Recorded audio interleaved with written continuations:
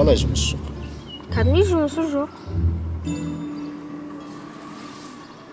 Жұмысы жоқ. Ай, сені шешең іздеп жатыр екен. Неғып отырсың? Жүріп кеттік. Не ғой, жұмысы жоқ болғанда, өзінде өзі бастық, жеке бизнесмен. Бизнесмен? Иә.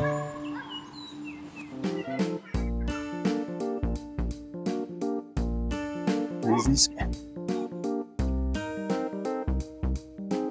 Жарайды.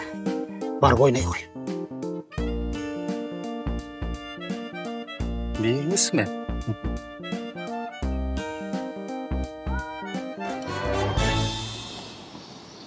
Негізі папам электрик қой.